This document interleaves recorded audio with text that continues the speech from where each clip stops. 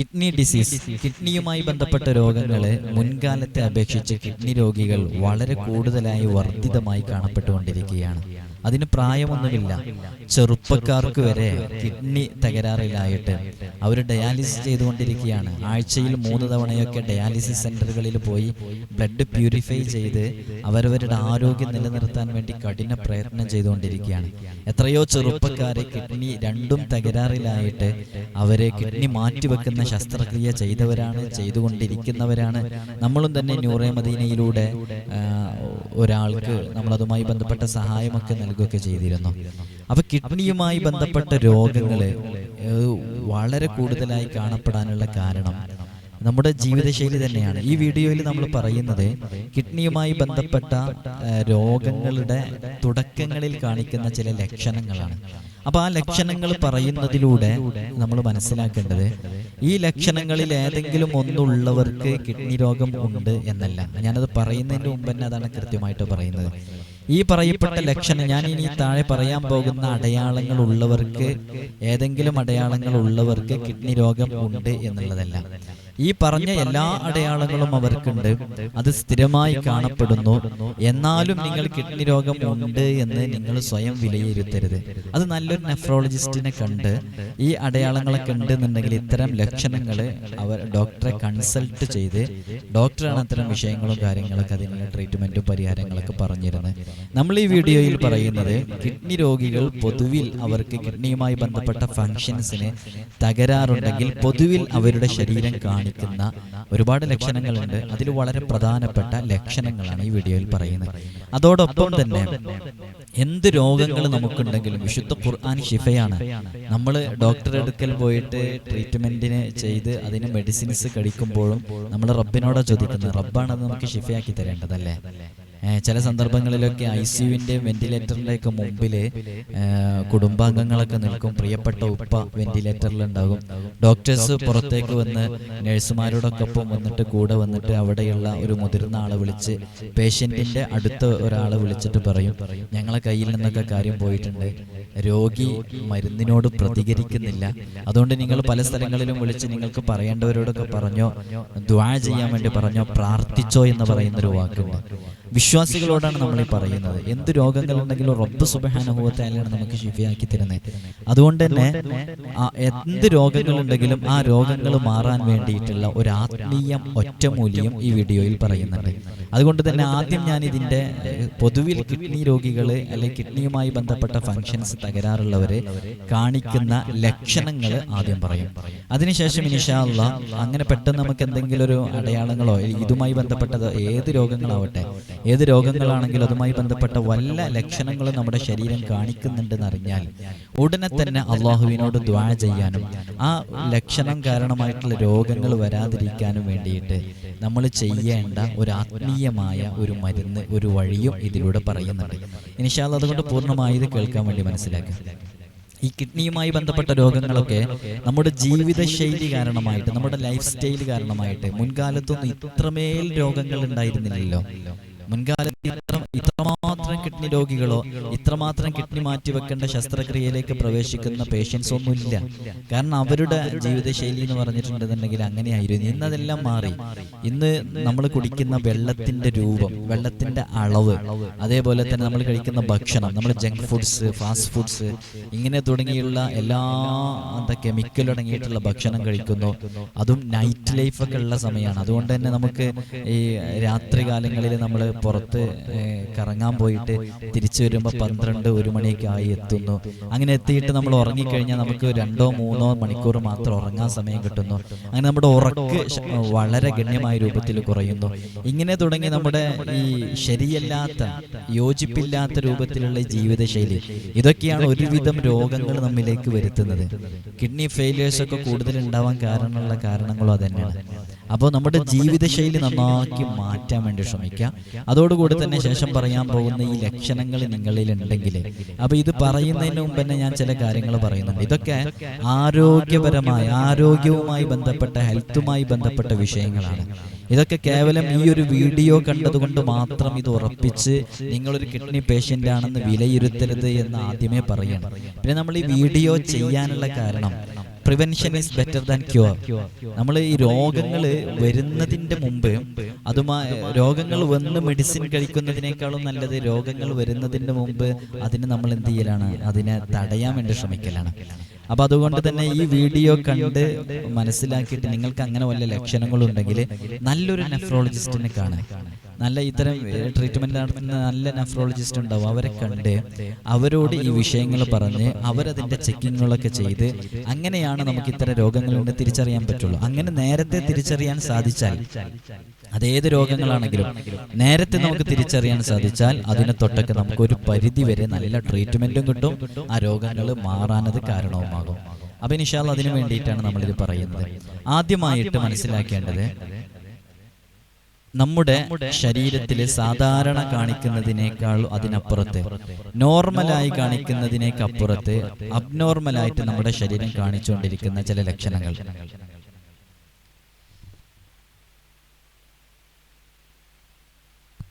അതിൻ്റെ മുമ്പ് ചെറിയൊരു കാര്യം ഓർമ്മപ്പെടുത്താനുള്ളത്, ജനുവരി 23 ആണ് നേരിട്ട് കാണാനുള്ള ഓപ്ഷന്.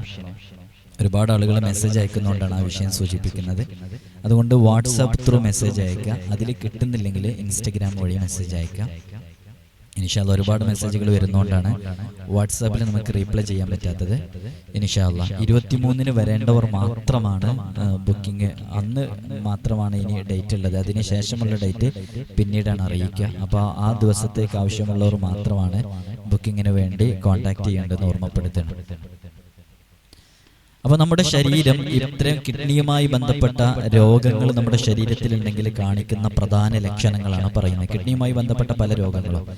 അപ്പോൾ അതിലൊന്നാമത്തത്, നമ്മൾ സാധാരണ നമുക്ക് മൂത്രമൊഴിക്കാൻ ഉണ്ടാകുന്ന ഒരു എണ്ണമുണ്ടല്ലോ, ആ എണ്ണത്തിനേക്കാൾ കൂടുതലായിട്ട് കാണും. ഇപ്പോൾ രാത്രി ഒരാൾ കിടന്നുറങ്ങി, ഒരു 10-11 മണിയാകുമ്പോഴേക്ക് കിടന്നുറങ്ങി, രാവിലെ എഴുന്നേൽക്കുന്നതിൻ്റെ മുമ്പ് ഒരു 11 മണിക്കൊക്കെ 10 മണിക്കൊക്കെ ഉറങ്ങുന്ന 11 മണിക്കൊക്കെ ഉറങ്ങുന്ന ഒരാൾ ഒരു 2-3 മണിക്ക് അല്ലെങ്കിൽ ഒരു 1 മണിൻ്റെയും 3 മണിൻ്റെയൊക്കെ ഇടയിൽ ഒന്നെണീച്ച് മൂത്രമൊഴിക്കുന്നത് അതൊരു നോർമൽ പ്രോസസ്സാണ്. അത് പൊതുവിൽ അങ്ങനെ ഒരു സ്വാഭാവികമായിട്ട് സംഭവിക്കുന്നതാണ്. നേരെ മറിച്ച് അതിനേക്കാൾ ഉപരി ഒരു 1-ലധികം തവണ മൂത്രമൊഴിക്കാൻ തോന്നുകയും അങ്ങനെ മൂത്രമൊഴിക്കാൻ പോയി കഴിഞ്ഞാൽ തന്നെ വളരെ പെട്ടെന്ന് അതെല്ലാം മൂത്രമൊഴിച്ച് പോകുന്ന ഒരു അവസ്ഥയാണ് എന്നുണ്ടെങ്കിൽ അത് നമ്മുടെ കിഡ്നിയുടെ ഫങ്ഷൻ കൃത്യമായി പ്രോപ്പറായി വർക്കാവാത്തത് കൊണ്ട് ഉള്ള കാരണമായേക്കാം. അതുകൊണ്ട് തന്നെ ഈ നമ്മൾ മൂത്രമൊഴിക്കുന്നതിൻ്റെ എണ്ണം വർദ്ധിക്കുക എന്നുള്ളത്, 1-ലധികം തവണ 3-4 തവണ ഇടയ്ക്കിടയ്ക്ക് മൂത്രമൊഴിക്കാൻ മുട്ടുകയും അത് പെട്ടെന്ന് ഇങ്ങനെ പോവുകയും ചെയ്യുന്ന ഒരു രൂപമാണെന്നുണ്ടെങ്കിൽ, സാധാരണ അബ്നോർമലായിട്ട് ഉണ്ടാകുന്ന ഒരു അവസ്ഥയാണെന്നുണ്ടെങ്കിൽ അത് ഈ കിഡ്നിയുമായി ബന്ധപ്പെട്ട വിഷയങ്ങളായേക്കാം. അതുപോലെ തന്നെ രണ്ടാമത്തത്, നല്ല പെയിൻ ഉണ്ടാകുക. മൂത്രമൊഴിക്കുന്ന സമയത്ത്, യൂറിൻ പാസ് ചെയ്യുന്ന സമയത്ത് നല്ല വേദന ഉണ്ടാകുക എന്നുള്ളത്. വേദന എന്ന് പറയുമ്പോൾ സാധാരണ ചിലപ്പോൾ കടച്ചിലും പുകച്ചിലും ഇങ്ങനെയൊക്കെ ഉണ്ടാവും. അത് പല കാരണങ്ങളൊക്കെ ഉണ്ടാകാം. ഈ യൂറിനറി ട്രാക്കിൽ ഇൻഫെക്ഷൻ വന്നാലുണ്ടാകും. അതേപോലെ തന്നെ കിഡ്നിയിൽ സ്റ്റോൺ ഉണ്ടായാലുണ്ടാകും. നമ്മളെ ബ്ലാഡർ ഉണ്ടല്ലോ, ബ്ലാഡറിലൊക്കെ സ്റ്റോൺ ഉണ്ടായാൽ ഒരു പക്ഷേ ഇങ്ങനെ ഒരു പെയിൻ ഉണ്ടാകും, ഈ കല്ലുണ്ടായി കഴിഞ്ഞാൽ. പക്ഷേ അതിനേക്കാൾ അപ്പുറത്തേക്ക് ഇതൊരു സ്ഥിരമായിട്ട് എപ്പോഴും നമുക്ക് ഇങ്ങനെ യൂറിൻ പാസ് ചെയ്യുമ്പോൾ വേദനയുണ്ട്, എപ്പോഴെങ്കിലും ഉള്ള ഒരു സംഭവത്തിനെ കുറിച്ചല്ല, ഇതൊക്കെ സ്ഥിരമായുണ്ട് എന്നുണ്ടെങ്കിൽ നമ്മുടെ കിഡ്നിയുടെ വർക്കിങ്ങുമായി ബന്ധപ്പെട്ട വിഷയങ്ങളാണ്. മൂന്നാമത്തത്, നമ്മുടെ ഈ യൂറിന് ഈ മൂത്രത്തിന് ഒരു കളർ ചേഞ്ച് വരിക. കളർ ചേഞ്ച് വരിക എന്ന് പറഞ്ഞാൽ ഒരു ഡാർക്ക് കളറിലേക്കാവുക. അല്ലെങ്കിൽ ഈ നമ്മൾ എപ്പോഴെങ്കിലും ഉണ്ടാകുന്നതിനെ കുറിച്ചല്ല പറയുന്നത്. നമ്മൾ ചിലപ്പോൾ തീരെ വെള്ളം കുടിക്കാതെ നല്ലോണം അധ്വാനിച്ച് വന്ന് അല്ലെങ്കിൽ എങ്ങനെയെങ്കിലുമൊക്കെ ആയിട്ട് ഏതെങ്കിലും ഒരു സിറ്റുവേഷനിൽ എപ്പോഴെങ്കിലും ഒരിക്കലൊക്കെ മൂത്രമൊഴിച്ചപ്പോൾ ഒരു കളർ ചേഞ്ച് ഒക്കെ വന്നു, എന്നാൽ അതൊരു നോർമലായിട്ട് സംഭവിക്കുന്നതാണ്. നേരെ മറിച്ച് ഇതങ്ങനെയല്ല, അത് ഒരു യെല്ലോ കളർ, മഞ്ഞ കളറുള്ളത് അതതിൻ്റെ യെല്ലോ കളർ അങ്ങ് കൂടി അതൊരു ഡാർക്ക് യെല്ലോയിലേക്കായി മാറി അത് പിന്നെ റെഡിഷ് ഒരു ബ്ലഡിൻ്റെ കളറിലേക്കൊക്കെ വന്ന് അങ്ങനെ വരികയാണെന്നുണ്ടെങ്കിൽ അത് വളരെയധികം ശ്രദ്ധിക്കേണ്ട വിഷയമാണ്. നമ്മുടെ ബ്ലഡിലെ, നമ്മുടെ മൂത്രത്തിലേക്ക് ബ്ലഡ് കലരുന്നുണ്ട് അല്ലെങ്കിൽ ബ്ലഡുമായി അവിടെ പ്യൂരിഫൈ നടക്കുന്നതിന് തടസ്സമാകുന്ന ഈ കിഡ്നിയുടെ വർക്ക് ശരിക്കും അതാണല്ലോ, ബ്ലഡ് പ്യൂരിഫൈ ചെയ്യുകയാണല്ലോ ചെയ്യുന്നത്. അതുകൊണ്ടാണല്ലോ ഡയാലിസിസ് സെന്ററുകളിൽ പോയിട്ട് ബ്ലഡ് പ്യൂരിഫിക്കേഷൻ ആണല്ലോ, ബ്ലഡ് ശുദ്ധീകരിക്കല്ലേ ചെയ്യുന്നത്. അള്ളാഹു നൽകിയ അനുഗ്രഹത്തിനെ കുറിച്ച് ആലോചിച്ച് വെക്കാനുള്ള സമയമാണ് അതൊക്കെ. അള്ളാഹു നമ്മുടെ ഈ സംവിധാനങ്ങളൊക്കെ ഒരു കേടുപാടുമില്ലാതെ മരിക്കുന്നത് വരെ നമുക്ക് നിലനിർത്തി തരട്ടെ. ഞാനിതിലൊരു കിഡ്നി രോഗിയുമായി ബന്ധപ്പെട്ട വിഷയം പറഞ്ഞപ്പോൾ ഒരുപാട് ആളുകൾ അതിലേക്ക് സഹായിച്ചു. നമ്മൾ അവർക്കത് കൊടുത്തു. അൽഹംദുലില്ലാ, അവരുടെ കിഡ്നി മാറ്റിവെക്കൽ ശസ്ത്രക്രിയ കഴിഞ്ഞു എന്ന് മാത്രമല്ല, അവർ നമ്മെ വിളിച്ച സന്തോഷ വാർത്ത അറിയിച്ചു. കിഡ്നി കൊടുത്ത ആള് ഹോസ്പിറ്റലിൽ ഡിസ്ചാർജായി. മാറ്റിവെക്കൽ ശസ്ത്രക്രിയ നടത്തിയ അവര് ഹോസ്പിറ്റലിൽ തന്നെയുണ്ട്. അവിടെ അടുത്ത് റൂം എടുത്തിരിക്കുകയാണ്. അവരൊരു 3 മാസമെങ്കിലും അവിടെ നിൽക്കേണ്ടി വരും എന്നൊക്കെയാണ് അതുമായി ബന്ധപ്പെട്ട് നമുക്കറിയാൻ സാധിച്ചത്. അപ്പൊ നമ്മുടെ ഈ കളർ ചേഞ്ച്, യെല്ലോ കൂടിയിട്ട് ഒരു റെഡിഷിലേക്ക് എത്താം, ഒരു ചുവപ്പ് കളറിലേക്ക് എത്താം, രക്തത്തിന്റെ കളറിലേക്ക് എത്താം. ഇങ്ങനെയൊക്കെ എത്തിക്കഴിഞ്ഞിട്ടുണ്ടെങ്കിൽ ഇത് ഏതെങ്കിലും ഒരു സമയത്ത് സംഭവിക്കുന്നതല്ല, സ്ഥിരമായിട്ട് ഇങ്ങനെ സംഭവിക്കുകയാണെന്നുണ്ടെങ്കിൽ അത് നമ്മുടെ കിഡ്നിയുമായി ബന്ധപ്പെട്ട ആ ഒരു വർക്കിംഗ് അവിടെ കൃത്യമായി നടക്കാത്തത് കൊണ്ടാണ് എന്നുള്ളത് മനസ്സിലായി. മൂത്രത്തിൽ ഈ ബ്ലഡിന്റെ അംശം ഉണ്ടാവുക, അതും ശ്രദ്ധിക്കണം. ഇത് നേരത്തെ പറഞ്ഞ കളറിനെ കുറിച്ചാണ്. അടുത്ത മൂത്രത്തിൽ ബ്ലഡിന്റെ അംശം ഉണ്ടാകുക, അത് ചെറിയ രൂപത്തിൽ അതിൻ്റെ ഒരു കളറ്, അതിൻ്റെ ഒരു അംശം തന്നെ അതിലുണ്ടാകുക. ഇത് പല കാരണങ്ങളെ കൊണ്ടുണ്ടാകും. കിഡ്നിയിൽ ഒന്നിലധികം സ്റ്റോണുകളൊക്കെ ഉണ്ടെന്നുണ്ടെങ്കിൽ ആ സ്റ്റോൺ കാരണമായിട്ട് അങ്ങനെ പല കാരണങ്ങളെ കൊണ്ടുണ്ടാകാം. പക്ഷെ സ്ഥിരമായിട്ട് നമ്മുടെ മൂത്രത്തിൽ ബ്ലഡ് ഫീൽ ചെയ്യുന്നുണ്ടെന്നുണ്ടെങ്കിൽ അത് ബ്ലഡ് കൃത്യമായിട്ട് അത് പ്യൂരിഫൈ ചെയ്യാത്ത കാരണം കൊണ്ടാണ് സംഭവിക്കുന്നത്. ഈ കിഡ്നിയുടെ വർക്കിംഗ് തന്നെ അതാണല്ലോ, ബ്ലഡിനെ പ്യൂരിഫൈ ചെയ്ത് അതിൽ നിന്ന് ആവശ്യമില്ലാത്ത വേസ്റ്റ് ഒഴിവാക്കിയിട്ട് അങ്ങനെ ഒരു പ്യൂരിഫിക്കേഷൻ ആണല്ലോ നടക്കുന്നത്. ആ ബ്ലഡ് പ്യൂരിഫിക്കേഷൻ കൃത്യമായി നടക്കാത്തത് കൊണ്ടാണ്, അതിന്റെ പ്യൂരിഫയർ തകരാറിലായത് കൊണ്ടാണ് ഇങ്ങനെ ബ്ലഡിന്റെ അംശം കാണുന്നത്. അതുകൊണ്ട് തന്നെ ബ്ലഡിന്റെ അംശം കണ്ടാൽ അത് ഗുരുതരമായ വിഷയമാണ്. അത് ഉടനെ തന്നെ കണ്ടറിഞ്ഞ് നല്ലൊരു നെഫ്രോളജിസ്റ്റിനെ കൊണ്ടുപോയി കാണിച്ച് അതെന്തുകൊണ്ടാണെന്ന് മനസ്സിലാക്കിയാൽ അവസാന കിഡ്നിയുടെ അത് പൂർണ്ണമായും തകർന്ന് ഫെയിലിയർ ആകുന്നതിന്റെ മുമ്പ് നമുക്ക് കണ്ടെത്താൻ സാധിച്ചാൽ അത് നല്ല ഉപകാരമായിരിക്കും. നമുക്ക് അതിന് തുടർന്നുള്ള ചികിത്സക്ക് അത് വലിയ ഉപകാരമായിരിക്കും. അതുകൊണ്ട് തന്നെ നല്ല തകരാറുണ്ട് എന്നുള്ളതാണ്. ഈ ബ്ലഡിന്റെ അംശം നമ്മുടെ യൂറിനിൽ കണ്ടു തുടങ്ങിയാൽ നല്ല തകരാറുണ്ട് എന്നുള്ളതാണ് അതിന്റെ ലക്ഷണമാണത്. അതേപോലെ തന്നെ എല്ലാവർക്കും അറിയാവുന്ന ലക്ഷണമാണ് നീർക്കെട്ടുണ്ടാവുക, കാലുകളിൽ നീർക്കെട്ടുണ്ടാവുക. നമ്മുടെ ആംഗിൾസ് ഉണ്ടല്ലോ, കാലിന്റെ ഞെരിയാണി, അതേപോലെ ഈ കുറച്ചും കൂടെ മുകൾ ഭാഗത്തേക്കൊക്കെ നല്ല നീർക്കെട്ടുണ്ടാവുക. മുഖത്ത് അതേപോലെ തന്നെ കണ്ണിന്റെ താഴ്ഭാഗത്തൊക്കെ നീർക്കെട്ടുണ്ടാവുക. ഇങ്ങനെ നീർക്കെട്ടുണ്ടായാല് അത് ഈ കിഡ്നിയുമായി ബന്ധപ്പെട്ട കിഡ്നി ഫങ്ഷനിങ് അത് കറക്റ്റായിട്ട് നടക്കാത്തത് കൊണ്ടും പ്രോപ്പറായിട്ട് അത് വർക്ക് ചെയ്യാത്തത് കൊണ്ടാണ് ആ നീർക്കെട്ടൊക്കെ വരുന്നത്. അതുകൊണ്ട് തന്നെ ബ്ലഡ് പ്യൂരിഫൈ ചെയ്യാത്ത കാരണം കൊണ്ടാണ് അങ്ങനെ നീർക്കെട്ട് വരുന്നത്. അപ്പോൾ കൃത്യമായി ഇത് നടക്കാത്ത കാരണം കൊണ്ട് സംഭവിക്കുന്നതിനാൽ അപ്പോൾ നമുക്ക് നീർക്കെട്ട് ഉണ്ട് എന്നുണ്ടെങ്കിൽ അത് കിഡ്നിയുമായി ബന്ധപ്പെട്ട രോഗങ്ങളായേക്കാം. പക്ഷേ നമ്മൾ എപ്പോഴെങ്കിലും ഒരു സമയത്ത് ഒരു സ്ഥലത്ത് ഇങ്ങനെ ഇങ്ങനെ ജോലി ചെയ്യണം. അങ്ങനെ ജോലി ചെയ്തിട്ട് നമ്മൾ പെട്ടെന്ന് എണീച്ചപ്പോൾ നമ്മുടെ കാലിലൊക്കെ നീർക്കെട്ട് കണ്ടു എന്നാൽ അതിനെക്കുറിച്ചല്ല പറയുന്നത്. ഇത് സ്ഥിരമായിട്ട് ഇവന് ഈ ലക്ഷണങ്ങളൊക്കെ അങ്ങനെയാണ്. സ്ഥിരമായിട്ട് ഇവന് ഇങ്ങനെ നീർക്കെട്ട് ഇങ്ങനെ വന്നുകൊണ്ടിരിക്കുകയാണ്. എന്നാൽ അത് ഗുരുതരമായ വിഷയമാണ്. അവന് അതിനെക്കുറിച്ച് നല്ലൊരു ഡോക്ടറെ കാണിച്ച് അതിന്റെ കൺസൾട്ടേഷൻ നടത്തണം എന്നുള്ളതാണ്. അടുത്ത് നമ്മൾ മൂത്രം ഒഴിക്കുന്ന സമയത്ത് ആ ബബിൾസ്, ആ പതയുണ്ടല്ലോ, ആ പത അതൊരു നോർമലായിട്ടുള്ള ഒരു ബബിൾസ് വരുന്നുണ്ട്, ഒരു പതയുണ്ട്. അതിനേക്കാൾ അപ്പുറത്തേക്ക് ഒരു പ്രത്യേക ടൈപ്പിലുള്ള ഒരു ബബിൾസും അത് കുറച്ച് ഒരു ലോങ് ആയിട്ട് ഇങ്ങനെ നിൽക്കുന്ന രൂപത്തിലും ഒരു കൊഴുപ്പുള്ള രൂപത്തിലൊക്കെയാണ് എന്നുണ്ടെങ്കിൽ അത് നമ്മുടെ കിഡ്നിയുമായി ബന്ധപ്പെട്ട ആ ഫങ്ഷന് അത് കൃത്യമായി വർക്ക് ചെയ്യാത്തത് കൊണ്ടാണ്. അപ്പോൾ നമ്മൾ ശരിക്കും പറഞ്ഞിട്ടുണ്ടെങ്കിൽ നമ്മളെ ഈ ആൽബമിൻ്റെ അളവ് അത് കൂടിയിട്ട് അതൊക്കെ ഈ പ്രോട്ടീൻ കൂടുതലാവുന്നുണ്ട്. അതൊക്കെ നമ്മുടെ യൂറിനിലൂടെ ഒരിക്കലും വരാതിരിക്കണം. അതൊരിക്കലും വരരുത്. അത് യൂറിനിലൂടെ വരേണ്ടാത്തൊരു സംഭവമാണ്. അത് യൂറിനിലൂടെ വരുന്നുണ്ട് എന്നുണ്ടെങ്കിൽ നമ്മുടെ കിഡ്നിൻ്റെ ഫങ്ഷന് കൃത്യമായി വർക്കാവാത്തതുകൊണ്ടാണ് ആ യൂറിനിലൂടെ വരുന്നത്. അതുകൊണ്ട് തന്നെ സാധാരണ ഉണ്ടാകുന്ന ആ ഒരു ബബിൾസ് അല്ല ഞാൻ പറയുന്നത്. നോർമലായിട്ട് യൂറിനിലൊക്കെ ഇങ്ങനെ ഒരു പത ഉണ്ടാവും, മൂത്രത്തിലൊക്കെ. ആ പതയല്ല, ആ നോർമൽ അല്ലാത്ത ഒരു രൂപത്തിലേക്ക് വരികയാണെന്നുണ്ടെങ്കിൽ അത് സ്ഥിരമായിട്ട് കാണുകയാണെന്നുണ്ടെങ്കിൽ നല്ലൊരു ഡോക്ടറെ കാണിച്ച് എന്താണ് അതിൻ്റെ കാരണം എന്ന് കൃത്യമായി മനസ്സിലാക്കണം എന്നുള്ളതാണ്. അടുത്തത് നല്ല ക്ഷീണമുണ്ടായിരിക്കണം. നല്ല ക്ഷീണമുണ്ടാവുക. നല്ല ക്ഷീണം ഉണ്ടാവുക എന്ന് പറഞ്ഞാൽ എക്സ്ട്രീം ലെവലിൽ ക്ഷീണം ഉണ്ടാവുക. ആ ഒരു തലകറക്കം ഉണ്ടാവുക, വൊമിറ്റിങ്, ഓക്കാനിക്കാൻ വരിക, ഇങ്ങനെയൊക്കെ ഒന്നും കോൺസെൻട്രേഷൻ ചെയ്യാൻ പറ്റാത്ത രൂപത്തിലേക്ക് ഉണ്ടാവുക. ഇതൊക്കെ കിഡ്നി ഫങ്ഷൻ കൃത്യമായി വർക്കാവാത്തവരുടെ ലക്ഷണങ്ങളാണ്. കിഡ്നിയുമായി ബന്ധപ്പെട്ട രോഗങ്ങൾ സാധ്യതയുള്ള ആളുകളുടെ ലക്ഷണങ്ങളാണ്. എപ്പോഴും ഒരു തണുപ്പ് ഫീൽ ചെയ്യുക, നല്ല ക്ലൈമറ്റ്, പുറത്തൊക്കെ നല്ല ചൂടുള്ള സമയത്താണെങ്കിലും ഒരു തണുപ്പ് ഫീൽ ചെയ്യുന്നുണ്ടെങ്കിൽ ഇതും കിഡ്നിയുമായി ബന്ധപ്പെട്ട രോഗങ്ങളുടെ ലക്ഷണങ്ങളാണ്.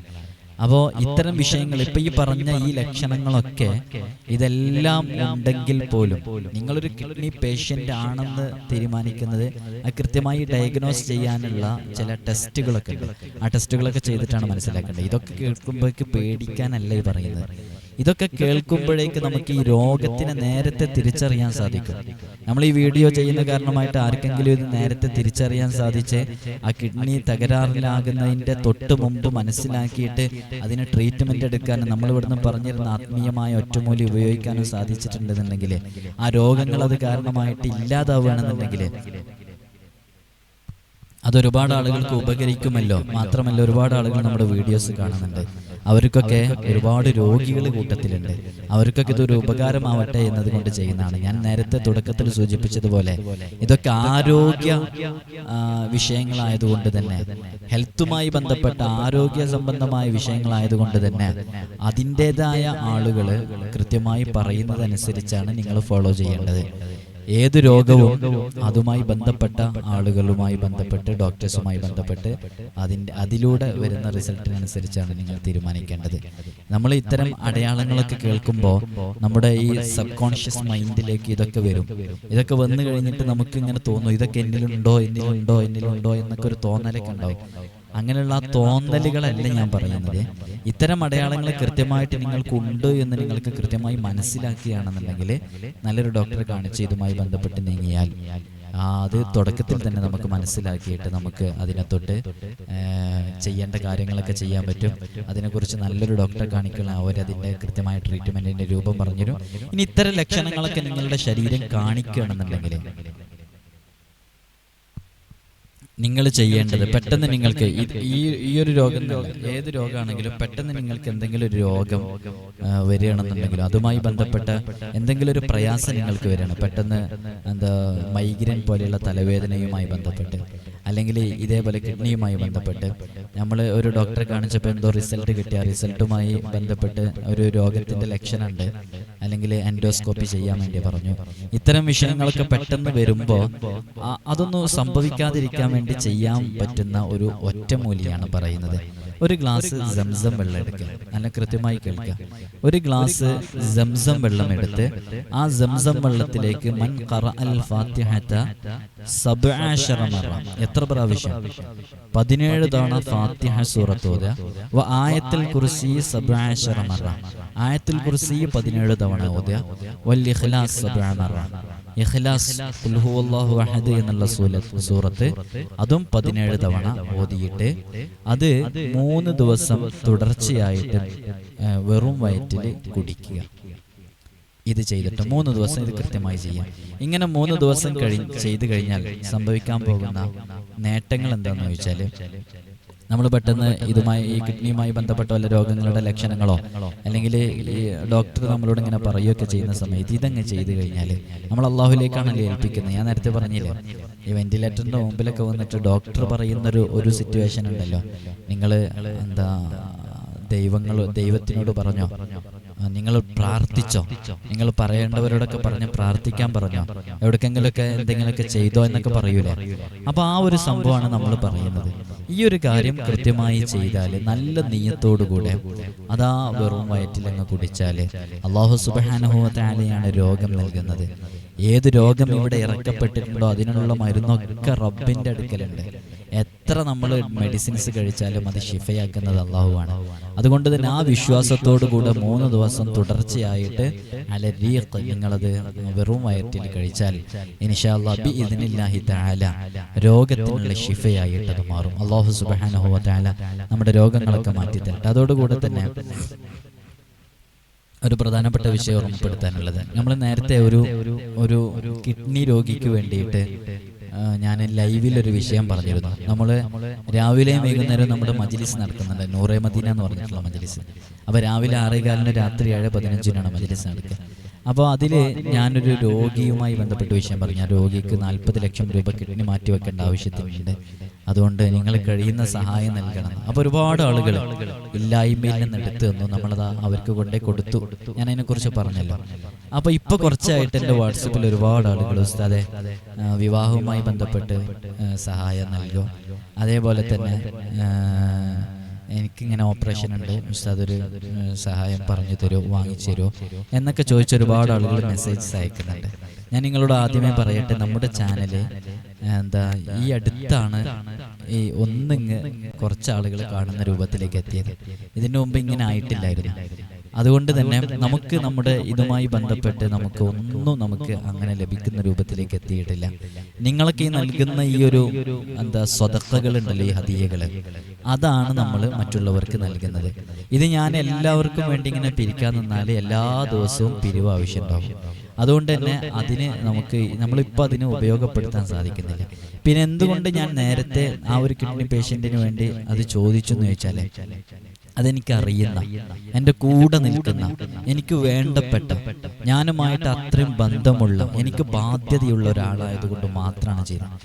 എനിക്ക് പോലും പേഴ്സണലായിട്ട് ഒരുപാട് ആവശ്യങ്ങൾ, ഒരുപാട് കാര്യങ്ങൾ നിറവേറി കിട്ടാനുള്ള ആളാണ് ഞാൻ ഇന്ന് വരെ എൻ്റെ വ്യക്തിപരമായ ആവശ്യത്തിന് വേണ്ടിയിട്ട് ഇതിൽ പറഞ്ഞിട്ടേ ഇല്ല.